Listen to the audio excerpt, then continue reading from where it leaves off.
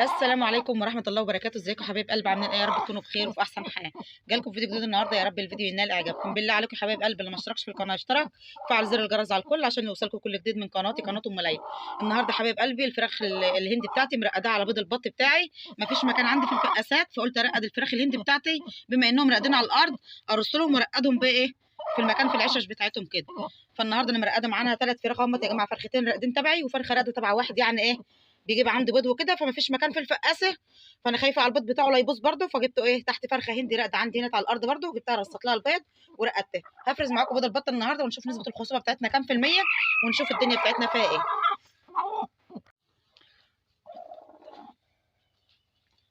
هنبدا بقى يا جماعه نفر البيض. بسم الله الرحمن الرحيم. تعالي بس كده بسم الله الرحمن الرحيم. مش مكتره لها يا جماعه، حتى لكل فرخه 11 بيضه. بسم الله ما شاء الله. ظاهر عندك ادي واحد. بسم الله الرحمن الرحيم. اللهم صل على النبي. بسم الله ما شاء الله. بسم الله ما شاء الله. شايفين يا جماعه؟ اللهم صل على النبي. يا رب زيد وبارك يا رب. كله فيه بذره يا جماعه. ده عمر اسبوع، ده عمر اسبوع يا جماعه.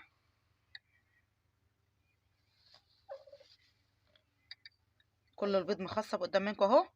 انا لسه ما خلصتش بس اوريكم البيض، يعني كل اللي بفره مخصب اهو. بسم الله ما شاء الله. اللهم صل على النبي. ربنا يبارك يا رب. هما اللي عندي يا جماعه 6 اناتي بس معاهم جوز ذكره، معاهم جوز ذكر، يعني كل 3 اناتي معاهم ذكر. بسم الله ما شاء الله. النسبه دي بسم الله ما شاء الله. دول يا جماعه ادي 3 6 9 11 بيضه. اللهم صل على النبي. 11 بيضه كلهم فيهم بذر. ربنا يبارك يا رب. ربنا يبارك يا رب. بس يا حاج دي بقى يا جماعه لسه راقده النهارده، دي مش حاجه، مش هيتفرج منها حاجه دي. بس هنفور الفرخه الثانيه برده، نفس الفرخه ديت البيضه طبعا يا جماعه.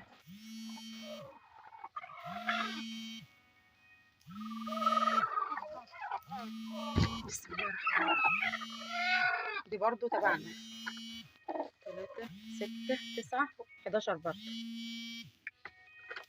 في حد بيرن، واللي بيرن هيشرنا الوقت التصوير.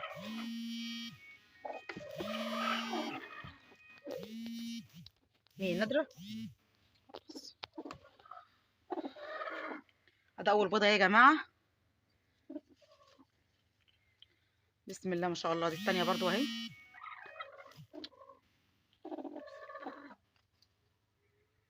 بسم الله ما شاء الله. اللهم صل على النبي. اللهم صل على النبي. ربنا يبارك يا رب. ربنا يبارك. بسم الله ما شاء الله. بسم الله ما شاء الله.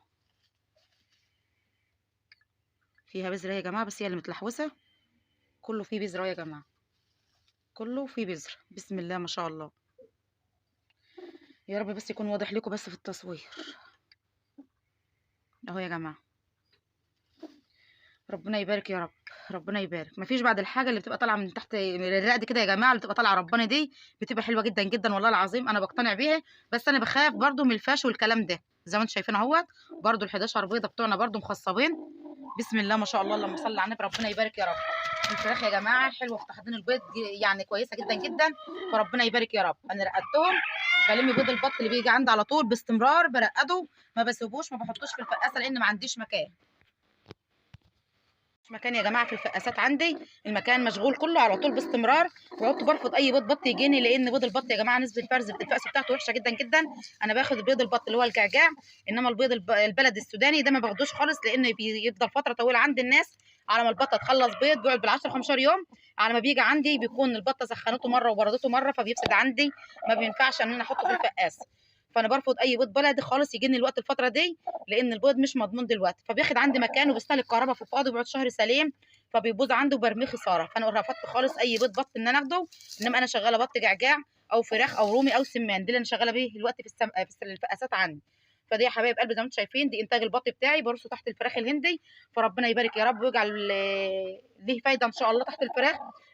لو في بيض تاني ظهر عندي جديد تحت البط او كده، هشتغل ده ما يبقى له 15 يوم احطه في الفقاسه عندي، لو في مكان فاضي بيطلع ويبقى 100 100 وتبقى نسبته كويسه، طالما ما بردش معايا وفاضل البيض سخن تمام، ما بيجرالوش اي حاجه، لان ما بغيبش عليه.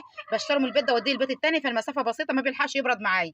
انما بيجي لي من مكان تاني مرقود عليه فبيبوظ عندي. انما المسافه قريبه من البيت ده للبيت ده بنقله عادي، بقى له 15 يوم هنا وبنقله في الفقاسه. بيكون عندي بيض جديد ببدا ارصه تاني تحت الفراخ، مفيش اي مشاكل. الفراخ زي ما انتم شايفين حضراتكم كده، الفراخ بتاعتي راقده وحلوه اهي تتحضن البيض. فربنا يبارك يا رب ليا ولكم امه محمد اجمعين. الديك الهندي يا جماعه اللي هو التايجر بتاعي مات النهارده، انا زعلت جدا جدا علشانه، بس الحمد لله قدر الله وما شاء فعل، مش مشكله. هحاول ادور على ديك تاني مضمون اجيبه عشان الانات ديت لما تخلص رقاد وتقوم يبقى في ديك يخصبهم بهم. فربنا يسترها معانا جميعا بقى يا رب، لان الفيروس النوادي جاي يا جماعه جاي بطريقه صعبه، فربنا يسترها. انا لحقت الطيور بتاعتي على اخر لحظه يعني الحمد لله، وقدرت اجيب لهم علاج النهارده بعد يعني أنا كنت شغاله بالكلور، والكلور جاب نتيجه حلوه جدا جدا مع طيوري. لولا الكلور يا جماعه كانت طيوري كلها راحت. فالحمد لله والشكر لله ان انا قدرت احافظ على ايه بعض من الطيور بتاعتي. اللي مات عندي يا جماعه الرومي الامريكي، الرومي الامريكي هو اللي مات عندي.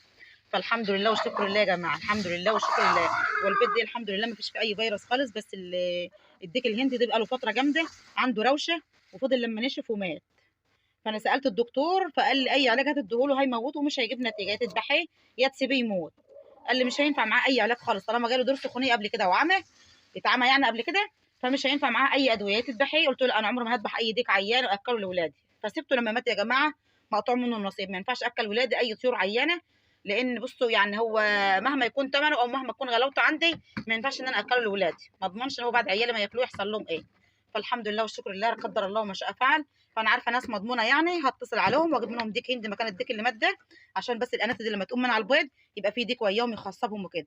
زي ما انتم شايفين حضراتكم ودي نسبه الخصوبه بتاعتنا يا جماعه في البيض، بسم الله ما شاء الله نسبه حلوه جدا جدا 100% يا جماعه. زي ما انتم شفتوا حضراتكم انا فريت قدام منكم كل فرخه تحت منها 11 بيضه، يعني 22 بيضه معانا بسم الله ما شاء الله.